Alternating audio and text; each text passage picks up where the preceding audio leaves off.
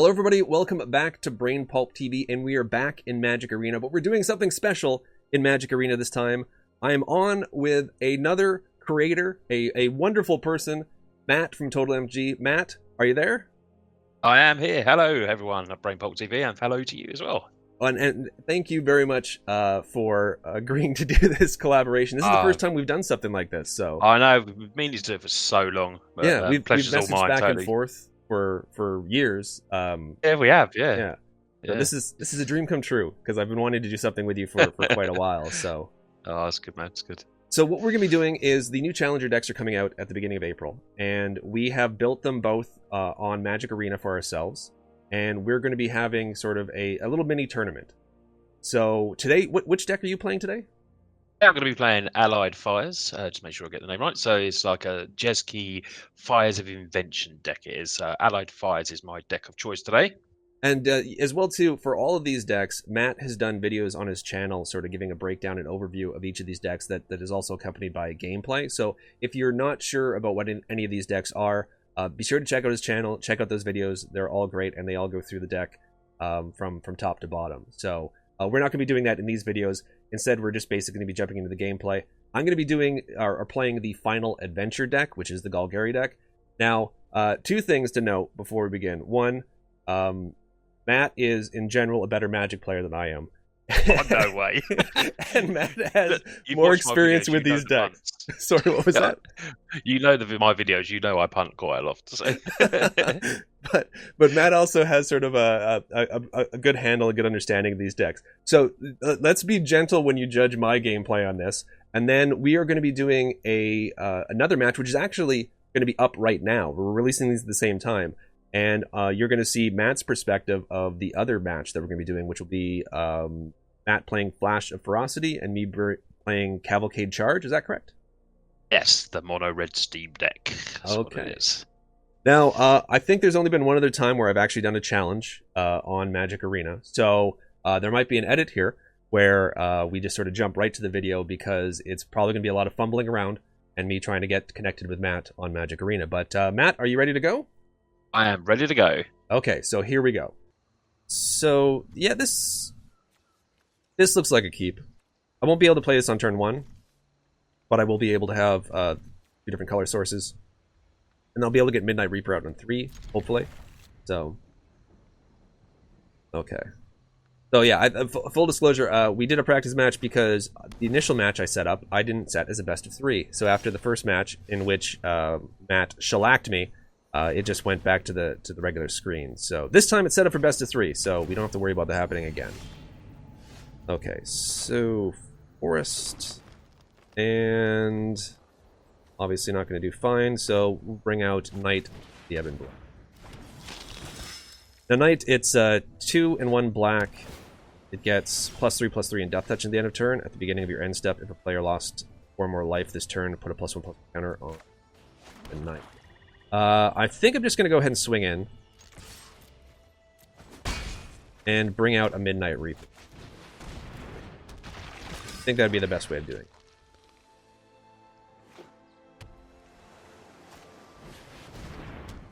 Also, I should mention while I'm playing this, I am expecting delivery. So if you guys hear the doorbell coming through, you're also going to see an edit. Yeah. Deafening, come on. Let me look at the card. Deafening Clarion is so devastating. Okay, but we can rebuild. We can rebuild stronger, faster, better. So we're going to bring out another Knight of the... Oh, not Ebon Blade. I was calling it the Ebon Blade, I think. Knight of the Ebon Legion. And neither of these have adventures, so I'm just going to go and bring out the Midnight Reaper as well, too. And we'll see how long these last. Probably not very long, so...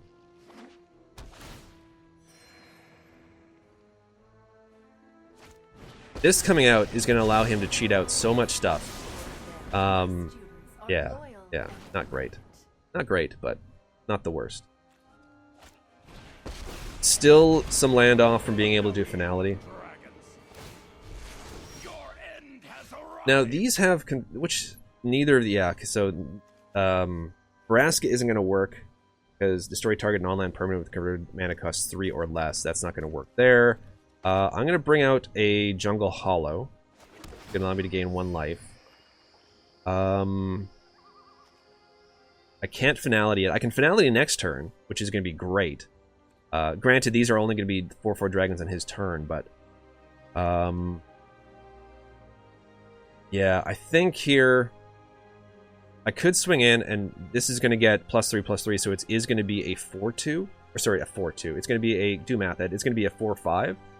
So, I think that's what I'm going to have to do here.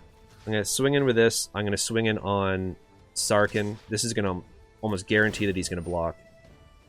I will consume you. We'll see how he does the block. So I'm going to activate the ability. Take out the dragon, which is not that big of a deal. I do get to draw a card, which is great. And I think here we're just going to create... do I do this? No, you know what? I'm going to do this, hopefully to get some extra value with Lovestruck Beast. So, bring that out there, and then hopefully there's not another board wipe. 2 cards left in hand. With Sarkhan, you can swing in for... yeah, it's going to swing in for 8. Yeah. I think here I'm just going to block with this. Yeah, I think I'm going to... no, you know what? No blocks. I'm going to take the full 10. Not great, but it is what it is. So... and then with Vraska... I might bring out next turn. Oh, it's definitely not what I wanted to see. So I was going to lose it anyways. I'm going to lose 2 more life. Oh, I wish I could flash this out now. Okay, so I think I'm dead again. I can return 2 creature cards from my graveyard to my hand. What would I want to return if I could return something? I mean, neither of these are really going to help me all that much. These are going to be flying creatures. I'm going to be taking 8. I wish Finality was an instant, but it's not.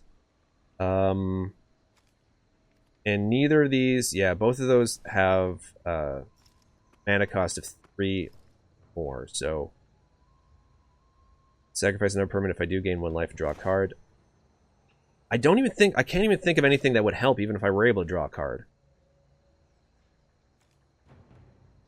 Huh. Yeah, well, I mean, I'll just play out what I can play out.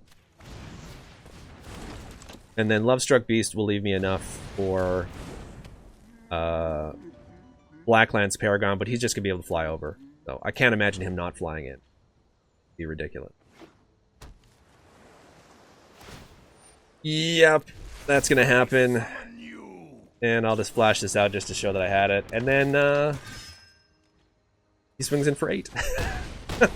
Okay, now this should take us to the sideboards, unlike last time where it took us right out of the game. It should take us to the sideboards. Hey, it worked this time. Wonderful. Okay. So, I think in this case, I'm going to get rid of Vraska because she's really not helping me much. Thrashing Brontosaur is coming in because I need to get rid of the enchantment. This has Reach, which is going to be useful. So I'll bring that in. And then I think a couple Duress. Now, Disfigure's not doing much for me, so I'll take out the Disfigures. I don't really think this is... Find and Finale is going to be too useful in this matchup. So I'm going to take those out. And what else do I want to take out? Anything? I'll just take out one of the Innkeepers. So yeah, I mean, part of me wants to bring in even more Duresses.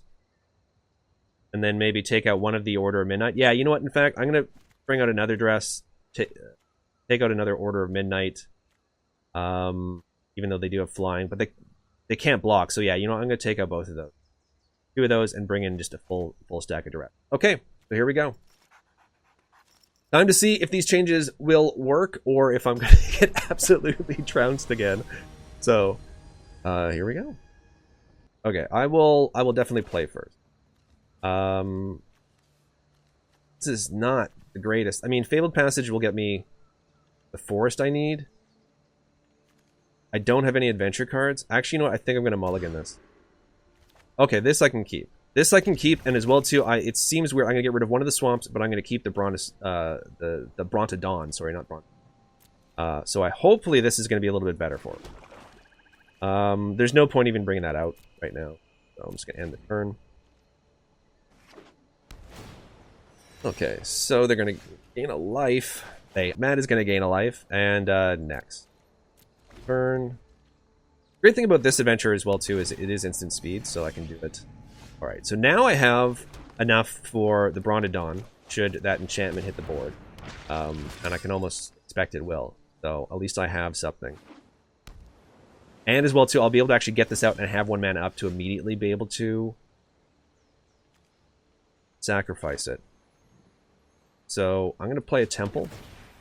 Scry, see what's on top. As long as it's not a land, it is a land. I'm going to get rid of that.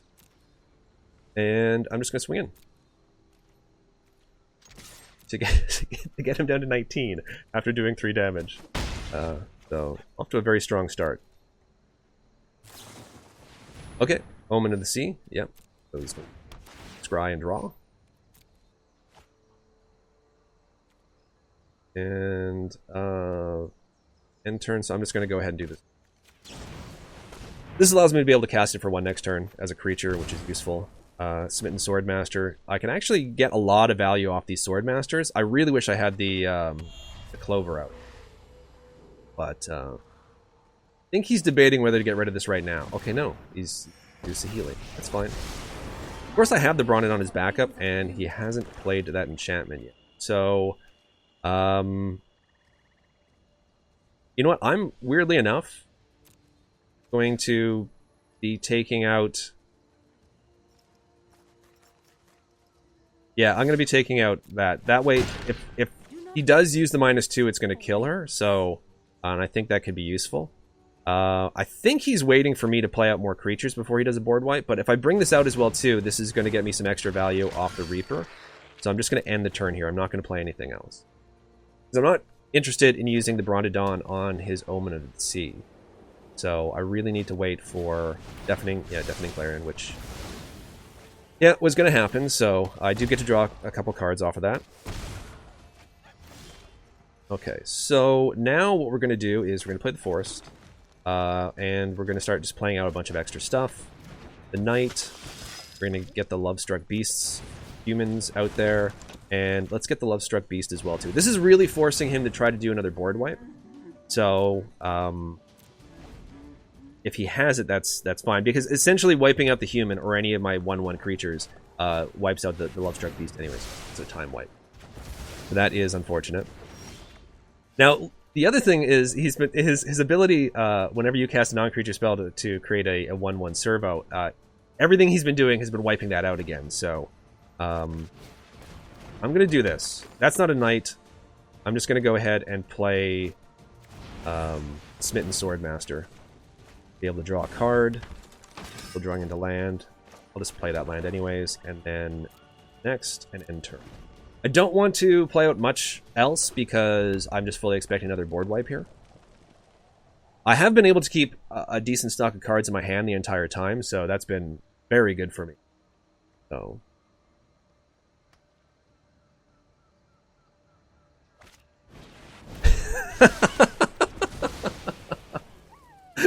oh, not again. Okay, so this is also why I didn't play out more stuff. So... yeah, because I don't control any knights. I think at this point I just play... no, because I want to be able to get this out. So I'm going to play one of the Swordmaster. And if he has spot removal, there's nothing I can do about that.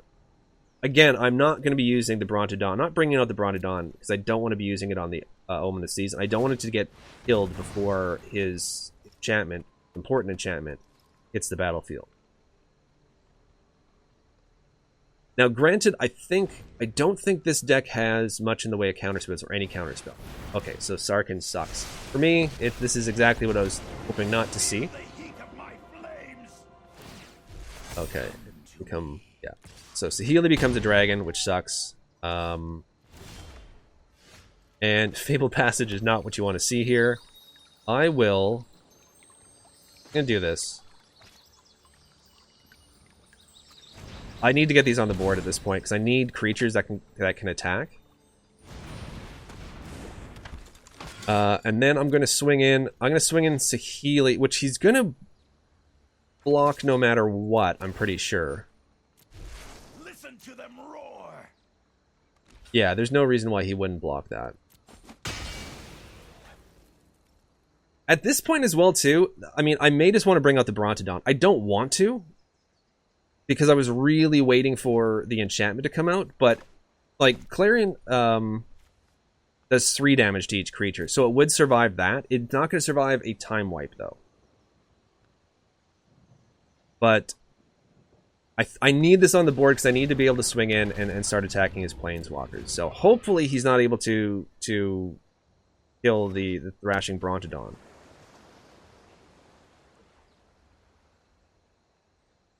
Any sort of spell he casts is going to create a 1/1, which sucks. Yeah, time wipe.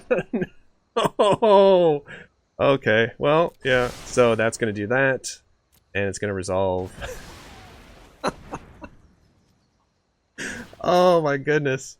Yeah, this is so bad. I'm going to take an 8 here, and that puts me down into lethal territory. So I'm going to need something here. I can't even think of what I mean.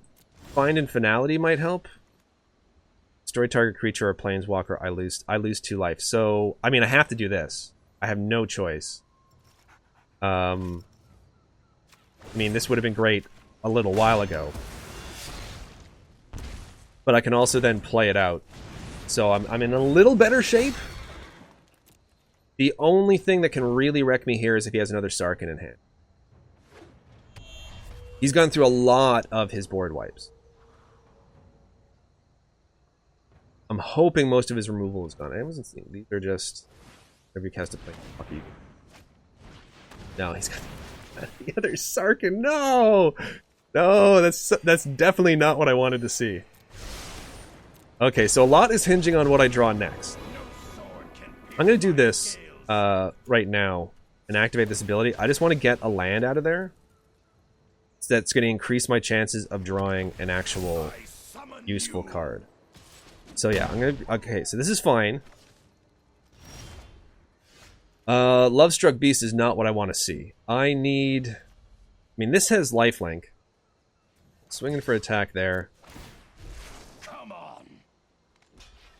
Okay, so I'm gonna gain 2. I'm gonna so it's gonna Lovestruck Beast just to get it out there.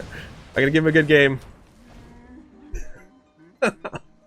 That was a shellac. Well, that wasn't as bad though. I thought maybe there's a chance. If he didn't have a Sarkhan in hand, I had a chance of coming back there. But sadly, that is a loss. Matt, can you hear me? Yes, I can. Oh my god. So the rough, wasn't it? The first game was a blowout. The second game, I was like, once I got rid of Sarkhan, I thought maybe there's a chance. Yeah. And I think I even said this on camera, like, I have a chance if he doesn't have another Sarkhan in hand. And you played the Sarkhan, it was like, you could just see the dreams shatter in front of everyone's eyes. So, that was fun, though. The thing is, I drew Wrath after Wrath. I drew like 2 or 3, what's his name? Then 2 time wipes. I was like, oh my god. And I mentioned that as well, too, because I'm like, okay, he's wiped my board, that's fine. I'm holding back creatures. And then I was holding the Brontodon because the first game, the enchantment absolutely wrecked me. Like, you being able to get those planeswalkers out so quickly. So I'm like, I'm holding this. I'm not going to play it until that enchantment hits the board. And then it just came to a point, it's like, I need a creature. I need any creature on the board. And then another time wipe, and I was like, oh my god. I knew at that point you probably had no more board wipes left. But yeah, that's Sarkhan. That was a lot of fun, though. It was a lot of fun, yeah. That deck is definitely in, I'd say, possibly the second strongest one, I reckon. Yeah. Possibly behind the red, but it's if it can just get going like that, it's pretty hard for that deck to beat it, I think. Yeah, that was one of the decks that I tested out a little bit before we started playing, because I wanted to try all the decks just in case I played one of them in the finals or something like that. But yeah, that was I really enjoy Sarkhan's ability. Yeah. It was not an ability which I think would work very well, except for all these. They're having like a lot of cheaper planeswalkers now. Yeah, it does work very well without turning like the Saheeli into a 4/4 flyer, and then that can make a blocker to protect it afterwards. And it's pretty sweet. And them no longer being creatures on your opponent's turn, protects them from any sort of non-instant speed board wipe. So yeah, no, that was good. I mean, like I lost obviously, but I was sort of going into that mindset going into this match. So I really enjoyed it. Yeah, I think it's tough. I think like the Golgari deck is probably the weakest out of the four, just because the others are so close to, you know, top decks. They're just missing the odd few cards, I think. Yeah. You know, like the Inventions deck is a very Jesky Inventions is a very good deck, and Simic Flash and Mori Mori Red. Those three decks are really, you know, top prime standard decks, and they're not far off it. I'm really curious about the next matchup that we're gonna have for the video that's gonna be on your channel, because the red aggro deck, which I don't play a lot of red aggro, but I played against a lot of red aggro, and that deck seems, and the other challenger decks, the two other years that they've done challenger decks, the red deck was the deck to beat. So I'm hoping maybe I'll have a little bit better luck in that one, but who knows, because the flash deck or the Simic deck is really good as well too. I mean, personally, I'll say those two decks are probably the strongest decks, but red to me is slightly above. It's just so consistent. It doesn't have to worry about the mana at all. It just puts those, you know, it's got the 3 rare lands in as well. It's got the Castle Embereths in, so it's got what it needs in there, and it's just super good. I mean, it's got an Emberclave in there, but I don't think it even really needs that one of Emberclave. It doesn't, you know, it's not really. It's just aggro. Yeah, it's just good. It's good. I've seen other people's deck lists that are similar to it that run more Embercleave, but you don't think it necessarily needs that in there to I think because it's got one. That's what I think. I think as the deck is with one, I think you could quite easily take it out and bring something in. But if you either add, you know, another 3 in and have 4, but I do think like having 1 in there, it's a nice little combat trick. But unless you're going to upgrade the deck afterwards, I you know, just taking a look at the deck. Let me just have a quick look at the deck, because it is very close. Like the Menguchi red aggro deck that was in the Worlds recently, that, you know, that was really good. See, it runs 3 Tin Street Dodgers. See, this is all based around obviously the Calamity. So it's going, you know, maybe 4 Chandra, because it's got 4 Torbran in there, which is really good. And obviously it's only got the 1 Embercleave. So I think either put 4 Embercleave or 3 Embercleave in there, or just take that 1 out and add in another Chandra. Would be sort of like an all or nothing, just so you get the consistency of getting the Embercleave in hand, right? Yeah. For 1 in there, it's a nice little combat trip, but your opponents are normally expecting you to run Embercleave. So but the Calamity can win games just on its own. It doesn't need that Embercleave. That's for sure. I the testing that I was doing with it before, I never actually drew Embercleave, and it still did incredibly well. So I'm very curious to see how it's going to match up against the other decks. So, but that video, as I mentioned at the beginning, is going to be on Matt's channel, and it's going to be out right now. So definitely go over there, check out the video, and as I mentioned before as well too, he's done overviews of all the decks. So if you're not sure about the decks, if you want to hear about a more in-depth look into each of these decks and some extra gameplay as well too, definitely check out Matt's other videos on the Challenger decks, and, you know, let's face it, all of Matt's videos as well too. Oh, cheers. Well, Matt, thank you very much for doing this. Now, there's going to be probably a bit of a delay between these videos coming out and when we do the finals. We're going to do a loser's bracket and a winner's bracket, but we're not going to be recording those tonight, so I'm not sure when those are going to be out, but those are definitely coming out as well too. Watch out for them. They're going to be good. Matt, again, thank you very much, and thank you guys very much for watching, and we'll see you all in the next video.